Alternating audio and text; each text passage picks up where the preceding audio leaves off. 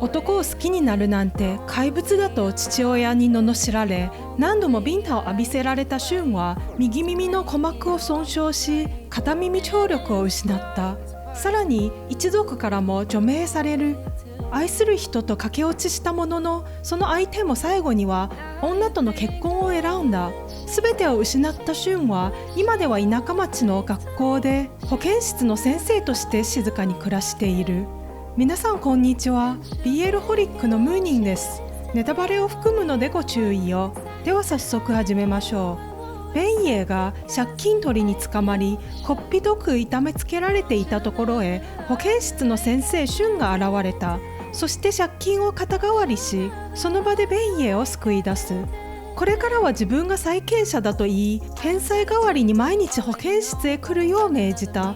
いやいやながら保健室に通い始めたベンイエだったが、待っていたのは勉強漬けの日々だった。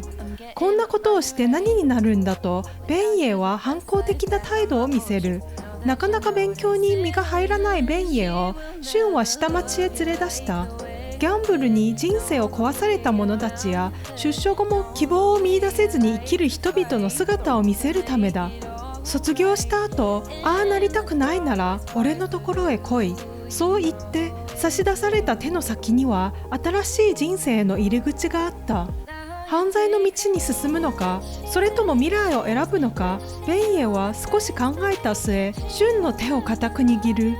シュンは問題用紙を解くたびにボーナスを出すと約束した。ところが勉強の最中、突然歯が痛み出す。実はシュンの本業は歯医者で、そのままベンイエの治療を始めた。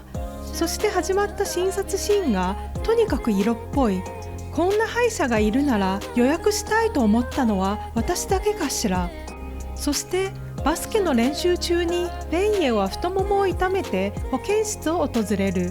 軽い捻挫だから心配ないと、シュンはアイスで患部を冷やし始める。ところがその何気ない接触に思わぬ反応をしてしまったシュンは慌ててその場を離れた。気持ちを落ち着かせて戻ると、ベンイエは棚の上にあった写真をじっと見つめていた。そこにはシュンともう一人の男性が写っている。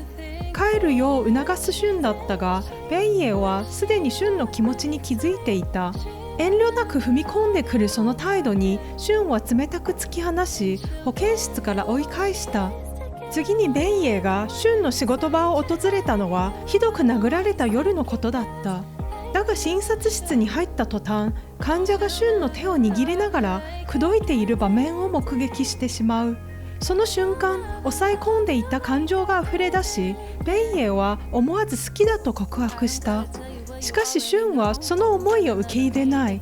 男を好きだと父親に知られた結果、右耳の鼓膜が損傷するほど殴られたこと、そして高校の時、愛する人と駆け落ちしたが、その人が自分を置いて女性との結婚を選んだこと、シュンは表情一つ変えず過去を静かに語った。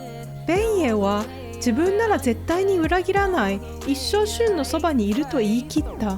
それでもシュンは受け入れられない。2人は教師と生徒であり、ベンイエはまだ19歳だった。